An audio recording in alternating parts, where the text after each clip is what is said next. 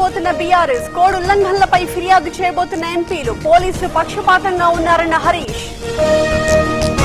EC పోలీసులు ప్రభుత్వానికి కొమ్ముగాస్తున్నారు. BRS నేతల సభలకు అనుమతులిస్తున్నారు. డ్రామాలాడుతున్నారన్న బండి సంజయ్. ప్రచారానికి రాలేదని ఫిర్యాదు చేయొద్దు. సోషల్ మీడియాలో బలంగా ప్రచారం చేస్తున్న రామచంద్రరావును ఉద్దేశించి అరవింద్ వ్యాఖ్యలు. మరి జనార్దన్ ఇంటికి ఎలక్షన్ స్క్వాడ్. పోలీసులకు మాజీ ఎమ్మెల్యేకి మధ్య తీవ్ర వాగ్వాదం. బీఆర్ఎస్ పై కుట్రలు చేస్తున్నారన్న మర్రి. రాజకీయ కక్ష సాధింపులకు దూరం. ఓట్ చోరీకి పాల్పడే సంస్కృతి కాదు. పోలీస్ తనిఖీలపై పొన్నం రియాక్షన్.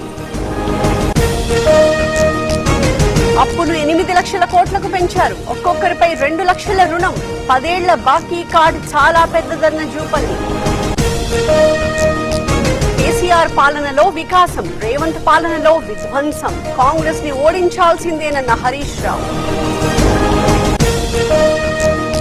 కాంగ్రెస్ కు ఓటమి భయం. సీఎం మతి భ్రమించి మాట్లాడుతున్నారు. నీచ స్థాయికి దిగజారన్న తాతా మధు. సీఎం చంద్రబాబు అధ్యక్షతన ఎస్ఐపిబి సమావేశం. 29 కంపెనీలు 1,03,239 కోట్ల ప్రతిపాదనలు ఆమోదం తెలపనున్న సమావేశం. వీళ్ళేం సెలబ్రిటీలు, అభిమానాన్ని సొమ్ము చేసుకుంటారా? సురేష్ రైనా, శిఖర్ ధావన్ పై సిపి సజ్జనార్ విమర్శలు.